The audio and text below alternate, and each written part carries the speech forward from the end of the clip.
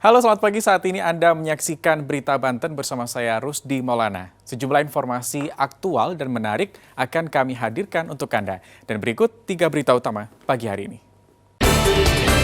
Takut akan karma, warga Baduy minta sinyal internet dihapus.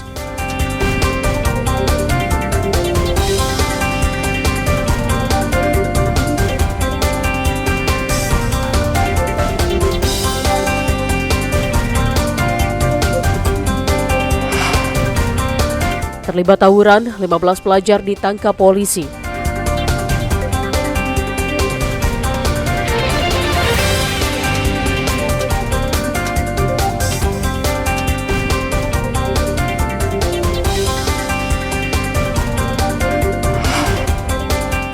Lama menjomblo, calon pengantin umumkan pernikahan lewat baliho raksasa.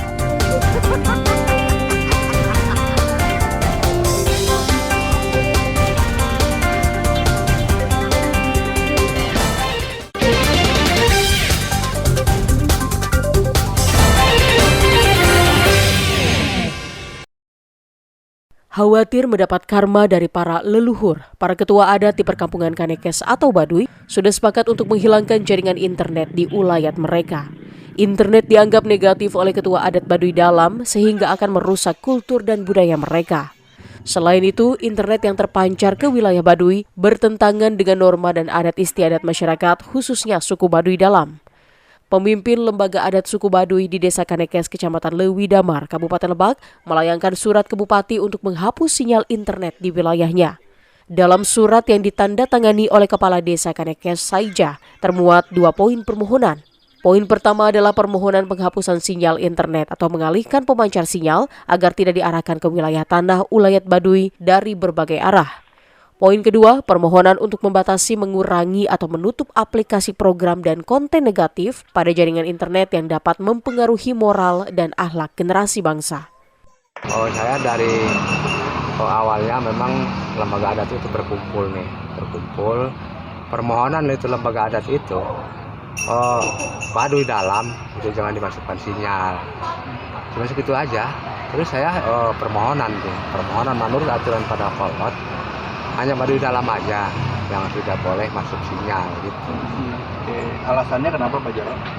Itu mungkin kalau yang di dalam itu ya banyak yang dilarang gitu ya, banyak yang bisa dikembangkan atau yang perlu disebarkan kemana-mana gitu. Soalnya itu ada barang rahasia, barang sebagai sejarah di sini yang tidak boleh dikembangkan gitu. Langkah ini dibuat untuk memperkecil pengaruh negatif dari internet. Permohonan tersebut diprioritaskan untuk wilayah Baduy Dalam. Sementara di Baduy Luar, sinyal masih dibutuhkan untuk keperluan bisnis dan komunikasi dengan pemerintah. Ariel Maranus dan Saipul melaporkan dari Kabupaten Lebak. Tawuran pelajar menggunakan senjata tajam kembali terjadi. Kali ini terjadi di kawasan pusat pemerintahan Provinsi Banten atau KP3B, Kecamatan Curu, Kota Serang. Berdasarkan rekaman CCTV di minimarket, sekelompok pelajar membawa senjata tajam mengejar 3 pelajar lain yang menggunakan sepeda motor. Bahkan 1 pelajar terjatuh dari motor dan masuk ke minimarket menyelamatkan diri. Korban yang berjumlah 3 orang dikejar pelajar lain. 2 pelajar mengalami luka di bagian tangan. Pas kejadian itu, korban itu dikejar dari pelaku itu dari arah lampu merah. Korban itu ada 3 orang. Yang satu kena senjata tajam di samping toko, yang keduanya itu berusaha nyelamatin diri, dia lari masuk ke toko. Itu pas sebelum masuk toko dia udah kena sabetan senjata tajam. Polisi yang sudah mendapatkan data para pelaku masih mengejar para pelajar yang lari ke arah Serang Kota. Ariel Maranus dan Rizal Ramdhani melaporkan dari Kota Serang. Sementara itu, Polresta Serang langsung bertindak setelah mengetahui tawuran antar pelajar yang terjadi di depan kawasan pusat pemerintahan Provinsi Banten atau KP3B. Dalam kejadian tersebut, sejumlah siswa mengalami luka sabetan senjata tajam. Pelaku berasal dari 3 sekolah kejuruan di Lebak dan Kota Serang. Berbekal rekaman CCTV yang terpasang di sekitar lokasi, polisi akhirnya menangkap 15 pelajar. Polisi telah menetapkan tersangka kepada 4 orang tersangka. Berdasarkan hasil penyelidikan, sebelum terlibat tawuran, mereka sudah saling menantang melalui media sosial. Untuk mencari jati diri karena antara SMK yang satu dengan yang lain ini ingin menunjukkan siapa yang paling hebat SMK-nya. Bermula dari SMK Z Kota Serang menampilkan live di IG tawuran yang pernah terjadi, kemudian direspon oleh SMK X Rangkas Bitung. Dari respon tersebut kemudian berlanjut pertemuan dan terjadi tawuran yang melibatkan 3 SMK. Dinas Pendidikan dan Kebudayaan Provinsi Banten berencana memanggil kepala sekolah dari 3 sekolah tersebut. Dinas Pendidikan juga mendukung penegakan hukum terhadap siswa yang terlibat tawuran, sedangkan sanksi untuk para pelaku akan diserahkan kepada sekolah masing-masing. Sudah ada yang dibawa ke Polres pelakunya. Gimana nanti akan di DO? Kenapa? Ada sanksi apa Pak terhadap pelaku? Kalau itu kan proses hukum, itu kita serahin kepada aparat penegak hukum ya, seperti apa sanksinya.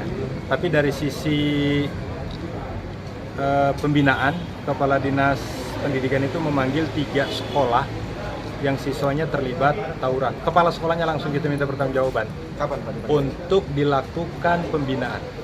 Atas perbuatannya, para pelaku dijerat dengan pasal 170 KUHP dan Undang-Undang Darurat dengan ancaman maksimal 10 tahun penjara.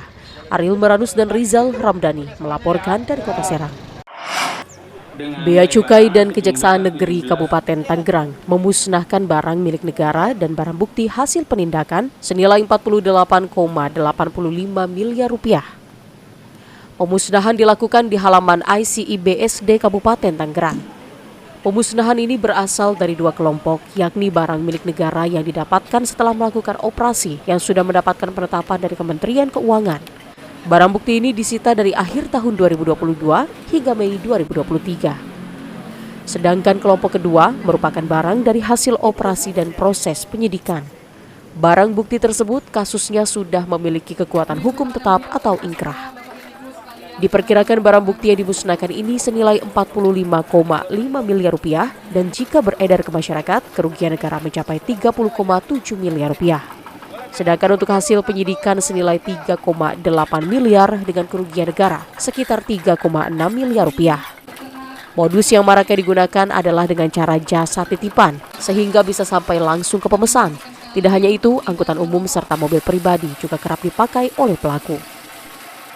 Hari ini kita melakukan 2 kegiatan, pemusnahan barang-barang milik negara. Yang kedua, pemusnahan barang-barang hasil proses persidangan. Kalau nilai barang kurang lebih 45,05 miliar dengan potensi kerugian negara 30,7 miliar. Ini barang-barang ex-BUMN tadi ya. Pemusnahan dilakukan dengan cara dibakar dan dilindas menggunakan mesin giling dengan disaksikan oleh sejumlah perwakilan stakeholder seprovinsi Banten dan pusat. Ariel Meranus dan Syabudinatar melaporkan dari Kabupaten Tangerang.